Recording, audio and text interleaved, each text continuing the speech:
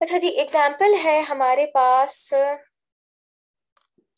Chapter number 5 है और ये बेसिकली प्रीवियस चैप्टर के ऊपर चैप्टर 4 के ऊपर बेस करता है और इसके अंदर ज्यादातर एप्लीकेशन बेस्ड एग्जाम्पल्स हैं। ठीक है, तो एग्जाम्पल है बेसिकली फ्रिक्शन की, जिसके अंदर स्टैटिक फ्रिक्शन की बात भी की गई है और काइनेटिक फ्रिक्शन की बात भी की गई है।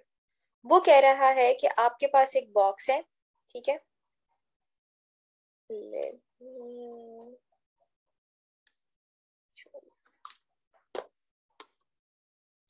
आपके पास एक बॉक्स है, ठीक है, ये रहा आपके पास एक बॉक्स। ये बेसिकली प्लेस हुआ हुआ है एक वुडन सरफेस के ऊपर। अब ये जो बॉक्स है, इसके सेंटर से वेट डिफाइन हो रहा होगा जो कि डाउनवर्ड डायरेक्शन में जा रहा है, ठीक है, और वो है बेसिकली mg। एक फोर्स तो हो गई डाउनवर्ड डायरेक्शन में। अच्छा जी, दूसरी फोर्स हो गई जो कि बेसिकली ऑपोजिट डायरेक्शन में लग रही होती है वेट के, और वो इक्वल एंड ऑपोजिट डायरेक्शन में होती है, और उसको हमने कहा कि ये बेसिकली नॉर्मल फोर्स है। ये ज्यादा प्रेशर पड़ जाता है और ये बहुत डार्क हो जाता है। अच्छा जी, दूसरी फोर्स होगी आपके पास Fn, ठीक है। वो कह रहा है हमारे पास कि हमारे पास जो बॉक्स है उसका वेट है 10 kg, कोई मिस्ट्री बॉक्स है, ठीक है, rest on a horizontal floor, ठीक है, हॉरिजॉन्टल फ्लोर के ऊपर ये प्लेस हुआ है। The coefficient of static friction mu S is 0.40, यानी कि जो म्यू एस है वो है आपके पास 0.40। और वो कह रहा है कि जो कोफिशिएंट ऑफ काइनेटिक फ्रिक्शन है वो क्या है, यानी म्यू के क्या है आपके पास 0.30। वो कह रहा है कि आप डिफाइन करें, determine the force of friction F R acting on the box if a horizontal external applied force FA is exerted on it of magnitude this। अच्छा, वो कह रहा है कि आपने ना ये डिफाइन करनी है, ठीक है, और वो ये साथ में ये भी कह रहा है कि आपके पास ना एक हॉरिजॉन्टल फोर्स लग रही है FA, जो कि बेसिकली पॉजिटिव एक्स एक्सेस की डायरेक्शन में लग रही होगी। अगर आप कोई फोर्स लगा रहे हैं FA जो कि इस डायरेक्शन में लग रही है, तो आपके पास एक, क्योंकि इसके अंदर काइनेटिक फ्रिक्शन या स्टैटिक फ्रिक्शन मौजूद है, हमने आइडियल कंडीशन नहीं ली, हमने स्मूथनेस डिफाइन नहीं की, इसका मतलब ये है कि एक ऑपोजिट फोर्स भी लग रही होगी जो कि बेसिकली हिंड्रेंस फोर्स होगी, अपोजिंग फोर्स होगी, उसको हम फोर्स ऑफ फ्रिक्शन कहते हैं, जो कि बॉक्स को मूव होने से रोकेगी।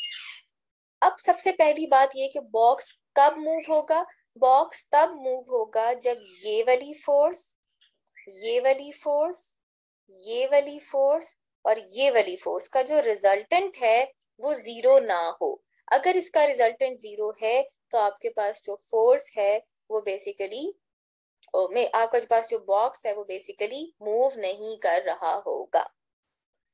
अच्छा जी, उसने आपको ना काफी सारी ऑप्शन दी हैं। उसने कहा कि जो एफ ए है वो स्टार्टिंग में क्या थी, 0। फिर उसने कहा कि जो एफ ए है वो हो गई 10 न्यूटन, तो क्या होगा, फिर 20 न्यूटन तो क्या होगा, फिर 38 न्यूटन तो क्या होगा, फिर 40 न्यूटन तो क्या होगा। अच्छा जी, वो कह रहा है कि जो फ्री बॉडी डायग्राम है बॉक्स की वो हमने बना दी है फिगर 5.2 के अंदर, जो कि अभी हमने डिस्कस की, जिसके ऊपर रेड कलर के एरोज बने हैं। वो कह रहा है एग्जामिन इट केयरफुली। वो कह रहा है in the vertical direction there is no motion. क्यों? क्योंकि हमने देख लिया कि इसका जो वेट और इसकी जो नॉर्मल फोर्स थी वो इक्वल एंड ऑपोजिट थी, और इसका मतलब है कि वापस में दूसरे को कैंसिल आउट कर रही है।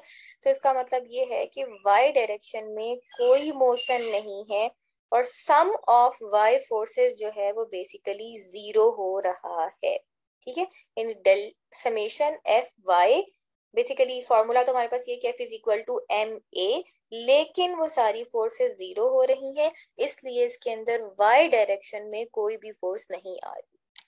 अच्छा जी, ठीक है, इसको हमने F N minus M G is equal to 0, यानी कि जो नॉर्मल फोर्स है अगर उसमें से आप वेट को सब्ट्रैक्ट करें तो आपके पास बेसिकली आंसर 0 आ रहा है।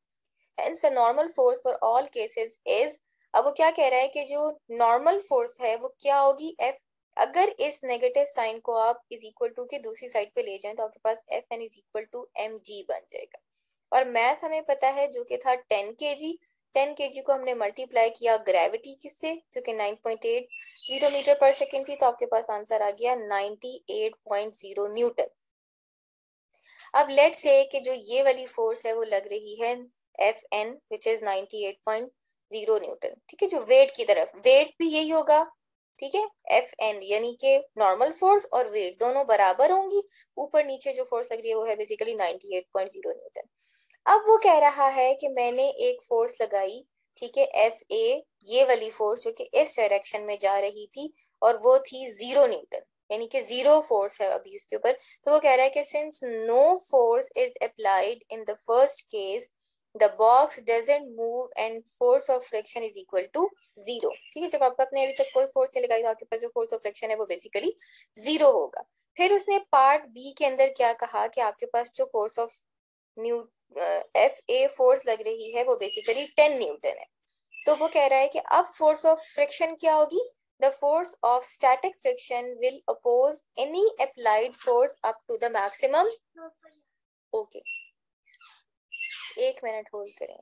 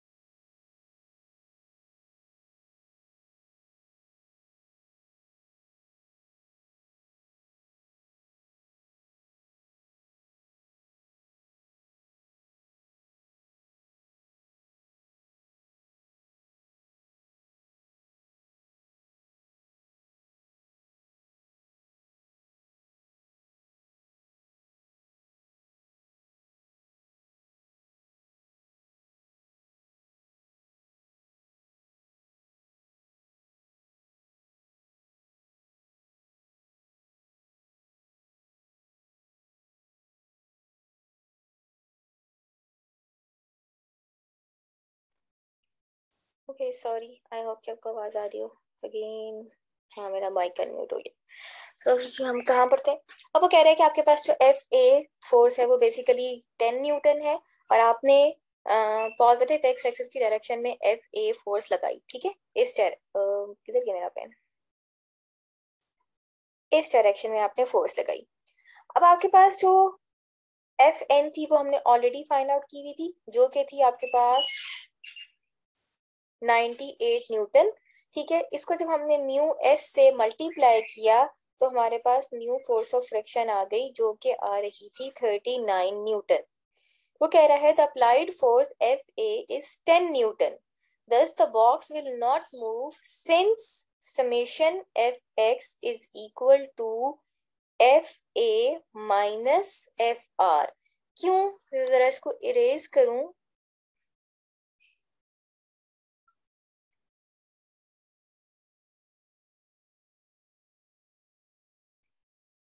और हम सिर्फ और सिर्फ एक्स डायरेक्शन में ही फोर्सेस रखते हैं।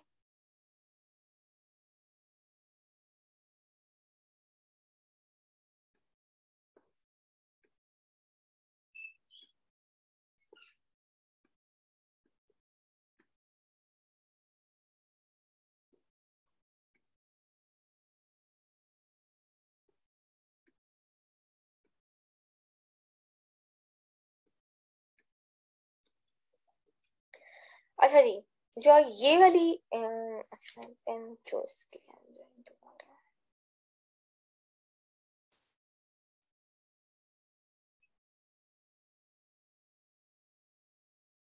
अच्छा जी, जो ये वाली फोर्स है ये बेसिकली पॉजिटिव एक्स एक्सिस की डायरेक्शन में लग रही है और ये वाली फोर्स जो है वो नेगेटिव एक्स एक्सिस की डायरेक्शन में लग रही है। इसका मतलब है कि इस फोर्स में से इस फोर्स को सब्ट्रैक्ट करें या इस फोर्स में से इस फोर्स को सब्ट्रैक्ट करें, क्योंकि ये पॉजिटिव डायरेक्शन में लग रही है और ये अपोजिंग फोर्स है, ठीक है। तो अपोजिंग फोर्स यूजुअली हमेशा थोड़ी सी लेस होती है as compare to the actual applied force. तो उसने क्या किया कि Fa में से सब्ट्रैक्ट कर दिया आपके पास फोर्स ऑफ फ्रिक्शन को, ठीक है। तो अगर ये फोर्स ऑफ फ्रिक्शन, ठीक है, Fa आपके पास कितनी आ रही थी 20 newton minus force of friction is equal to 0, तो आपके पास जो फोर्स ऑफ फ्रिक्शन है वो बेसिकली ग्रेटर होनी, जो आपके पास अप्लाइड फोर्स है वो बेसिकली ग्रेटर होनी चाहिए स्लो हो गई है। अच्छा, मैं दोबारा रिपीट करती हूँ। उसने कहा कि आपके पास जो बी पार्ट है उसने उसके अंदर कहा कि आपके पास जो एफ ए फोर्स है वो बेसिकली 10 न्यूटन है। ठीक है, तो बेसिकली ये जो 10 न्यूटन थी ये आपने पॉजिटिव एक्स एक्सिस की डायरेक्शन में अप्लाई कर दी। अब आप फाइंड करेंगे कि जो आपके पास बैकवर्ड डायरेक्शन में हिंड्रेंस फोर्स क्रिएट हो रही है जो कि बेसिकली फ्रिक्शनल फोर्स है, वो कितनी आ रही है। तो फ्रिक्शनल फोर्स का पीछे हमने फॉर्मूला पढ़ा था कि जो नॉर्मल फोर्स है, नॉर्मल फोर्स मल्टीप्लाइड बाय आपके पास जो कोफिशिएंट ऑफ काइनेटिक फ्रिक्शन। तो कोएफिशिएंट ऑफ काइनेटिक फ्रिक्शन को जब हमने एफ एन से मल्टीप्लाई किया तो हमने देखा कि आपके पास जो आंसर है वो बेसिकली 39 न्यूटन आ रहा था। तो अब जो अप्लाइड फोर्स है वो बेसिकली 10 न्यूटन है। तो this 10 Newton should be greater than this 39 Newton. तो अगर तो वो फ्रिक्शनल फोर्स को ओवरकम कर ले, यानी उससे बड़ी हो जाए, तो आपके पास बॉक्स मूव होना शुरू हो जाएगा, अदरवाइज आपके पास बॉक्स मूव नहीं होगा। तो उसने कहा कि जो फोर्स ऑफ फ्रिक्शन है वो बेसिकली 10 न्यूटन बन रही है यहाँ पर। उसने जो अप्लाइड फोर्स अप्लाई की थी या वो बेसिकली उसे ओवरकम नहीं कर रही, इसलिए बॉक्स मूव नहीं होगा।